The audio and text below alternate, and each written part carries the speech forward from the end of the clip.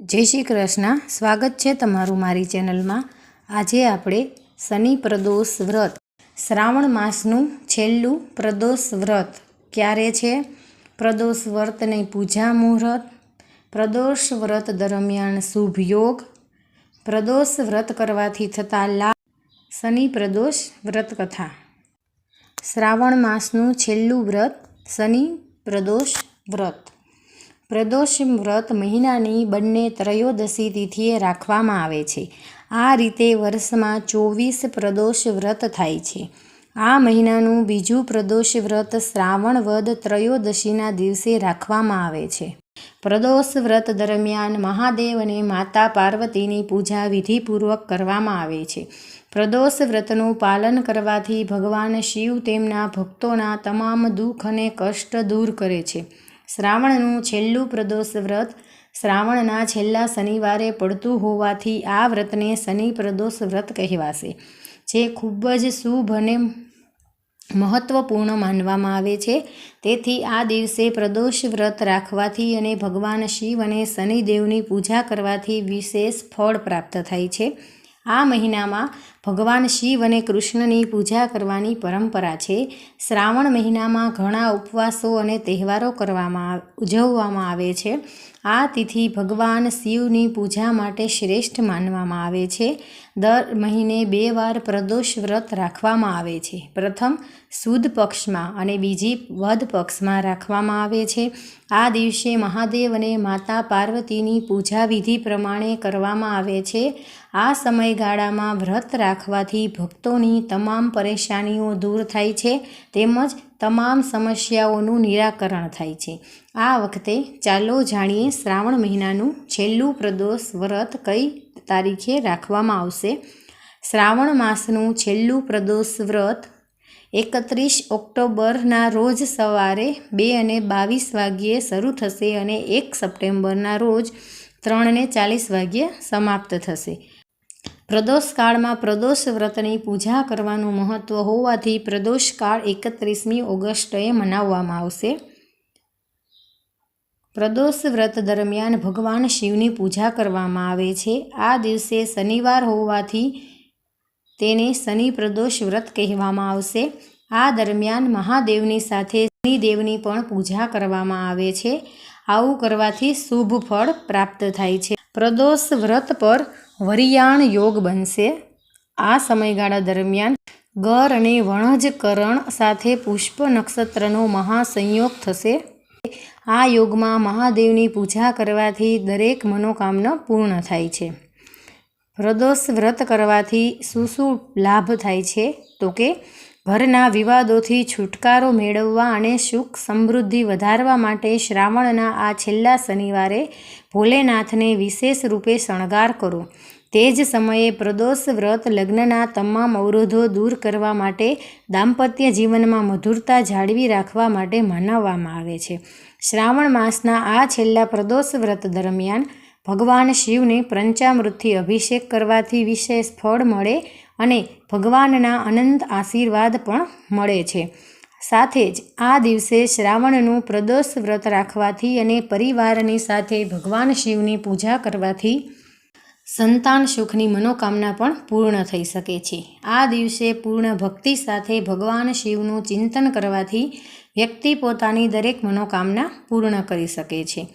શનિ પ્રદોષ વ્રતનું મહત્વ શું છે તો કે શનિદેવ ભગવાન શિવના મહાન ભક્ત છે અને શનિવારે પ્રદોષ વ્રતનું પાલન કરવું શુભ માનવામાં આવે છે. આ વ્રત ખાસ કરીને શનિ દોષથી પીડિત લોકો માટે અસરકારક છે. આ દિવસે ભગવાન શિવની સાથે ભગવાન શનિદેવની પૂજા કરવાથી શનિ દોષમાંથી મુક્તિ મળે છે. પૌરાણિક કથાઓ અનુસાર જ્યારે પ્રદોષ વ્રત પર સૂર્યાસ્ત પછી પ્રદોષ કાલ શરૂ થાય છે ત્યારે ભગવાન શિવ પ્રસન્ન થઈને કૈલાસ પર નૃત્ય કરે છે. મહાદેવ પ્રસન્ન થાય છે અને જો તે સમયે તેમની પૂજા યોગ્ય રીતે કરવામાં આવે તો ભક્તોને તેમના આશીર્વાદ મળશે અને તેમની મનોકામના પણ પૂર્ણ થઈ શકે છે. આ કારણથી પ્રદોષ વ્રતની પૂજા હંમેશા સાંજે જ કરવામાં આવે છે. પ્રદોષ વ્રતમાં વ્રત દરમિયાન સાંજની પૂજા માટે એક થાળીમાં આકડાના ફૂલ, બીલીપત્ર, ધૂપ, દીવો, કંકુ, અક્ષત, ફળો, મીઠાઈઓ અને પંચામૃત સહિત તમામ સામગ્રી રાખો. શાસ્ત્રોમાં કહેવામાં આવ્યું છે કે શ્રાવણ પ્રદોષ વ્રતના દિવસે પ્રદોષ કાળમાં સૂર્યાસ્ત થોડા સમય પહેલાં ભગવાન શિવની પૂજા કરવી જોઈએ. ખાસ આ દિવસે ભગવાન વિધિ વિધાનથી ભગવાન શિવનો અભિષેક કરવો જોઈએ અને વ્રતની પ્રતિજ્ઞા કરવી જોઈએ. આ પછી સાંજે સ્નાન કરી સ્વચ્છ વસ્ત્રો પહેરી ત્યારબાદ ભગવાન શિવનો રુદ્રાભિષેક કરી અને તેમને સુગંધ, ફૂલ, ધૂપ, દીવા, બીલીપત્ર, અક્ષત અને ગંગાજળ વગેરે અર્પણ કરવું જોઈએ. બાદમાં દીવો પ્રગટાવવો. પૂજા દરમિયાન ધ્યાન રાખવાનું છે કે તમારું મુખ ઉત્તર દિશામાં હોવું જોઈએ. પૂજા દરમિયાન ઓમ નમઃ શિવાય મંત્રનો સતત જાપ કરતો રહેવાનો છે અને રુદ્રાભિષેક સમયે મહામૃત્યુંજય મંત્ર ઓમ ત્રંબકમ યજામહે સુગંધિમ પુષ્ટિવર્ધનમ ઉર્વારુકમિવ બંધનાન મૃત્યોર્મોક્ષીમામૃતા તેનો ઓછામાં ઓછો 108 વાર જાપ કરો. પૂજાના અંતે શિવ ચાલીસાનો પાઠ કરો અને ભગવાન શિવની આરતી સાથે પૂજાનું સમાપન કરો. અંતમાં મહાદેવને ફળ અને મીઠાઈ અર્પણ કરો. શનિ પ્રદોષ વ્રતમાં ભગવાન શિવના મંત્ર છે નાગેન્દ્રહારાય ત્રિલોચનાય ભસ્માંગરાગાય મહેશ્વરાય નિત્યાય સુધાય દિગંબરાય તસ્મેનકારાય નમઃ શિવાય. શિવાય ગૌરી વંદનાપવૃંદ સૂર્યાય દક્ષાધ્વરનાશકાય શ્રીનીલકંઠાય વૃષધ્વજાય તસ્મે શિકારાય નમઃ શિવાય. આ દિવસે આ મંત્રોનો જાપ કરવાથી ફળ મળે છે. તો તે મંત્ર છે ઓમ નમઃ શિવાય, ઓમ હમ હનુમંતે નમઃ, ઓમ હિમ નમઃ શિવાય હિ, ઓમ ક્રામ કીમ ક્રોમ સહ ભૂમાય નમઃ, ઓમ અંગારકાય નમઃ. શનિના અશુભ પ્રભાવથી બચવા માટે શનિ પ્રદોષ વ્રતનો દિવસ ખૂબ શુભ માનવામાં આવે છે. કોઈપણ રાશિમાં શનિની સાડા સાતી અને ઢૈયાના પ્રભાવ હેઠળ હોય આ રાશિવાળા લોકોએ શનિ પ્રદોષ વ્રતના લીધે પ્રદોષ કાળમાં દૂધમાં કાળા તલ ભેળવીને ભગવાન શિવનો અભિષેક કરવો જોઈએ અને કોઈપણ શિવ મંદિરમાં જઈને તલના તેલનો દીવો કરવો જોઈએ. આ સાથે જ શનિદેવના બીજ મંત્રનો જાપ કરવો અને તેમને શનિદેવના અશુભ પ્રભાવથી તો રાહત મળશે જ, પરંતુ તમારા પૂર્વજો પણ ખુશ થશે. શિવલિંગ પર જલાભિષેક કરવાનો. શનિ પ્રદોષના દિવસે શિવલિંગ પર જળ, કાળા તલ અને શમીના પાન ચડાવો. આ પછી શિવ ચાલીસાનો પાઠ કરવાનો. એવું માનવામાં આવે છે કે આમ કરવાથી શનિના અશુભ પ્રભાવથી રાહત મળે છે. શનિ પ્રદોષના દિવસે એક વાટકી સરસવના તેલમાં તમારી છાયા જોઈને શનિ મંદિરમાં સરસવનું તેલનું દાન કરો. તમારી ક્ષમતા મુજબ ગરીબ અને જરૂરિયાતમંદોને પૈસાનું દાન કરો.